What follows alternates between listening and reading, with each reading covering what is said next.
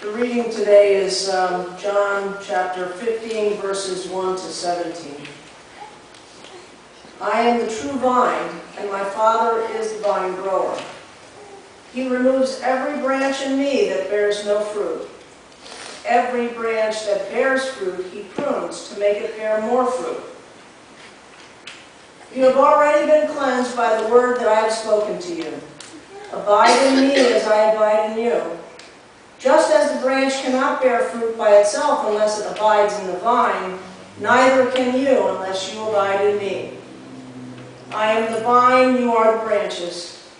Those who abide in me and I in them bear much fruit, because apart from me you can do nothing. Whoever does not abide in me is thrown away like a branch and withers. Such branches are gathered, thrown into the fire, and burned.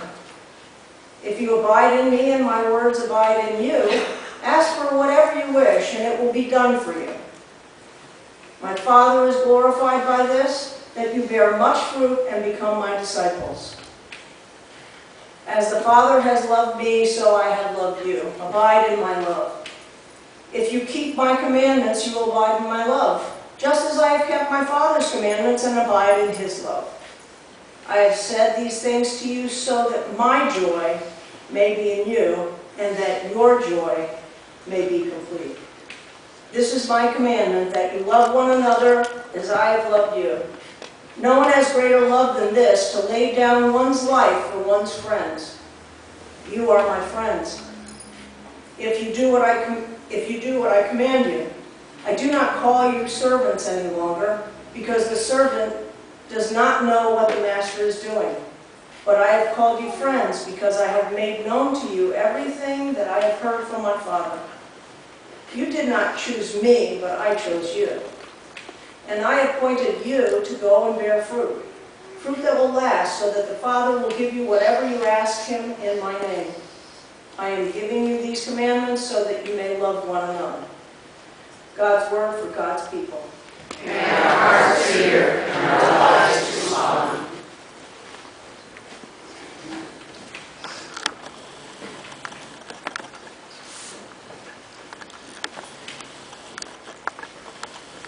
Abide. It's a beautiful, power-filled word. Abide. Stick it out. Stay connected. Christ calls us to understand. Okay, am I going up for Sam? Can you hear me now? Yeah. All right. Abide. That's the word I don't want you to miss. Stick it out. Stay connected. Jesus says, I am the true vine, and you are branches. And the gardener, that's God. God, our Creator, who made each and every one of us perfectly, understands just where to prune back. I always hate that part, don't you? You got to let go of something when there's going to be some change. That's always hard. But abide in me, says Jesus. Stay connected to the one who is the true vine. Abide. Stay. Let the love of God flow through you, producing amazing fruit. Because that's what the vine allows us to do. And we got to know, as branches, that there are not on a vine, we've all seen vines, right? We live in Florida, they are all over the place. And there's not like the big vine, the big branch, the important branch, and then the unimportant branches. On a vine, all the branches do their part. And they can only do their part if they stay connected.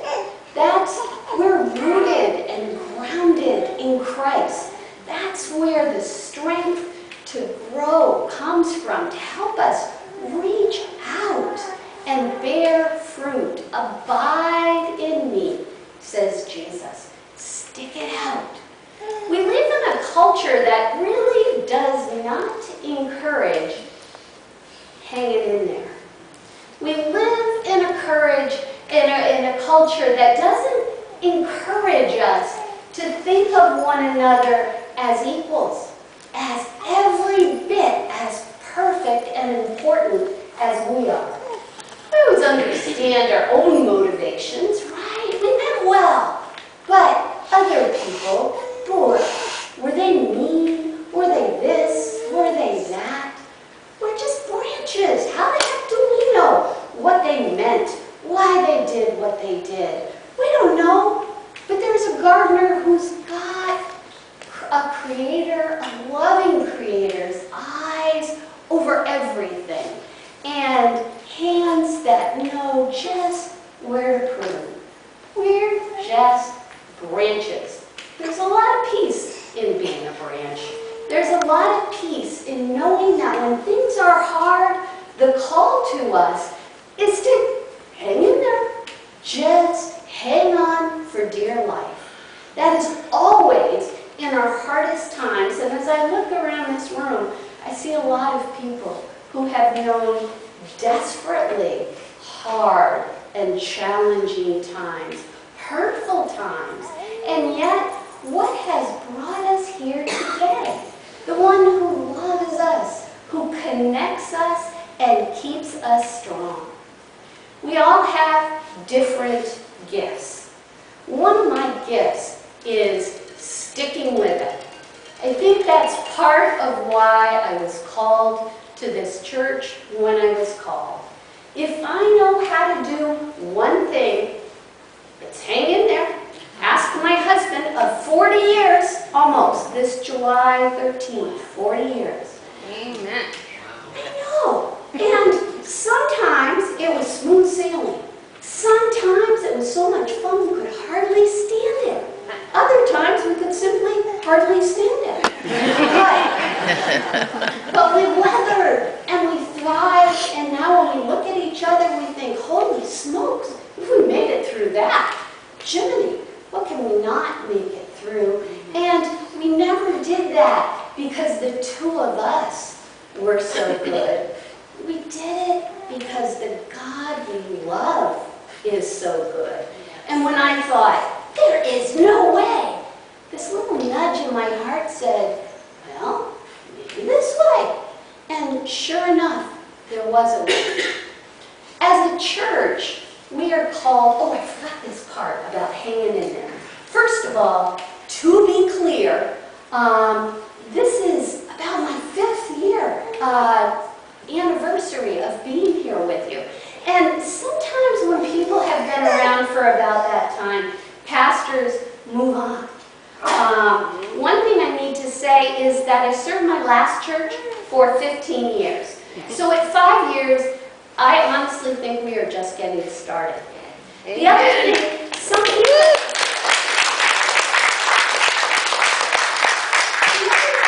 people wonder about, in our denomination, after you've been in a church for 5 years, you qualify for a sabbatical. You can take a bunch of paid leave, months off. You're encouraged to connect with family, blah, blah, blah.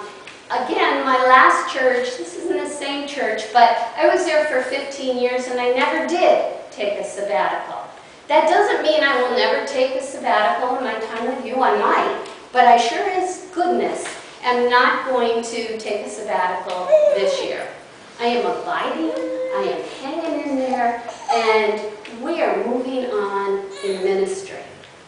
I say that because it feels important to say that, because just like I say, my vacation was not the vacation from heaven, this year has not felt like the year from heaven either. It's been a hard year for our church body, and some of us know all too well the ways in which it was hard, and some of us think, what, it was hard? What happened? It's always like that in a church, but let me be clear, we have 0 secrets in this church body about what is happening, why it happens, and I am always available, always for, as you know, I'm not hard to get a hold of, and I am always available for conversation, as is our moderator, and our church council wants you to know that they as a body who have been through a really hard year of discernment and figuring out the most loving way to carry all of us branches from where we are to where God's leading. That body is, again, open to you for any questions you may have, because by goodness, by the God who loves us, we are connected. We do have the love of Christ flowing through us, and we are committed to that. When times get hard in our personal lives or even in our church lives, Jesus calls us to keep our eyes on the one who is perfect. We are not perfect. We mess up again and again. And in the culture that we're in, we're taught that, well, we have to have what we want and what we think. And that is not the call of Christ. It's a really countercultural call. We're called to stay connected and to love one another beyond measure. Not as some really icky, tough discipline, but as a source of joy. Look at these little sources of joy. Jesus says this business about abiding in Him is so that His joy may be in us and that our joy may be complete. We don't get to enter into complete joy unless we dare to trust the one, to trust the vine that connects us, and to trust the gardener who sometimes prunes us, sometimes says, this is not the direction I want this vine to grow. We have to be responsive. We have to work on our spiritual disciplines, our Bible study, our prayer time. How the heck can we know how God is nudging us and nurturing us unless we allow ourselves to be exposed to those spiritual disciplines? Gathering for worship on Sunday is a power-filled spiritual discipline. We see one another. We share our answered prayers. We share our fervent prayers for people we know need God's love and nurture. That's how God grows us, always and forever. It has been a difficult year, and some people have chosen to leave us, and that's one thing that's been painful. It's really hurt, because these are folks that we love and that we have tried hard to include and stay connected to. But one of the things God teaches us is that we are not in charge of pruning the vine. We are not in charge of deciding who's in and who's out. We don't get to do that. All we get to do is hang in there with one another, listen to the nudges of the Spirit, and do our best to grow in faithfulness and in fruitfulness. That is our call. And so this is a year we are all knuckling down for that sacred purpose, because at the same time as difficult things have happened, amazing revelations of ministry and connections have come to us and grown.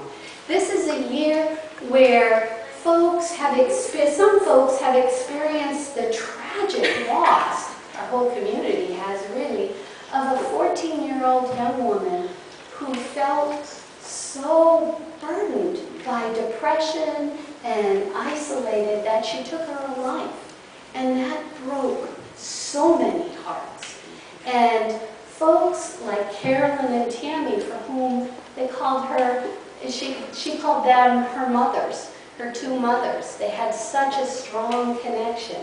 And they never want to see that ever happen again. And we don't have that kind of ultimate control, but we do have hearts that are open to nudges. And their hearts, and some other folks in our church, are feeling called to provide an organization called Surf's Edge, a group of people that are trying to figure out how to provide a safe place with good resources for children, teens, young people who are hurting and may tend to feel isolated, resources and opportunities. And what do we know about that? We're not therapists. And so what does God do?